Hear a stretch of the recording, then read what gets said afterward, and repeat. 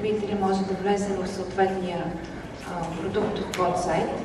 Основна целева група на двата подсайта, това са всички клиенти, които биха искали да си закупят апартаменти в някои от комплексите или да се възползват от условията за почивка, които те предлагат. Уебсайтът е основен маркетингов и информационен канал за осъществяване на продажба на апартаментите.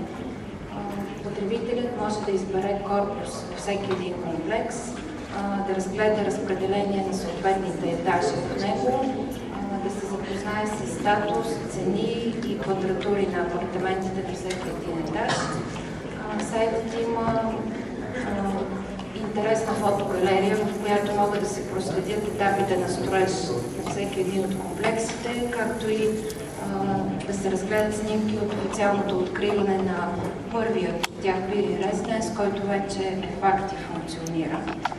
Сайтът предлага възможност за бюлетин, през който се разпращат периодично промоции и новини.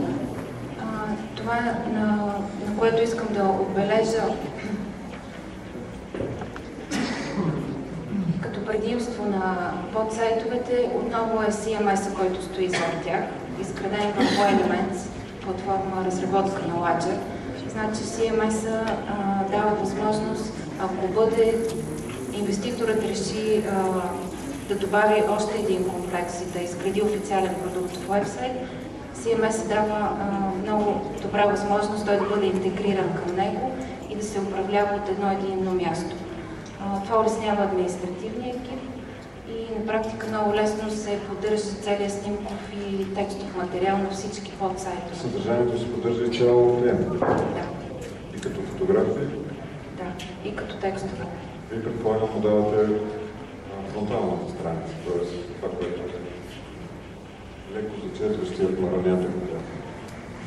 Не разбрах въпроса. Основната визия му давате, само оттам нататък съдържанието, което генерира лекция. Да, значи всички секции са динамични, както и добавят. Да, вълнуваше, но дали той променя и...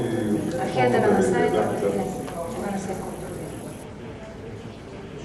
Аз да попитам същия въпрос, с какво е по-различен този сайт от всичките М1000 сайта на комплекси, сега модерно. И ми е интересно, какво се случва с тези сайтове след като разпродадат комплекси? В смисъл, има ли това идеята на собственик? Да продължи да го развива или просто приключваме? Една цел на сайта е реклама на апартаментите и продажба, съответно, а другата е реклама на всички фасилити, с които притежава комплекс. Ресторанти, барове. Допълнително инвеститорът предлага и услуги в областта на property management, обзавеждане, финансови услуги, въобще ops management, посока улеснение на купувачите. Въпроси от публиката? Извинявайте, това, че представяте английски, достатъчно високо говоря. Това, че представяте английската версия, означава, че е насочено предимно към... Да, основна целева група, това са клиенти, да.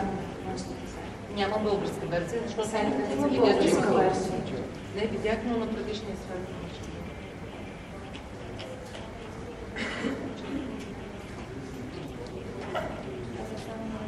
Това само начало на мозъка.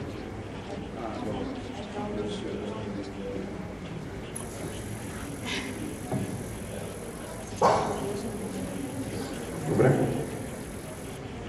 Няма повече.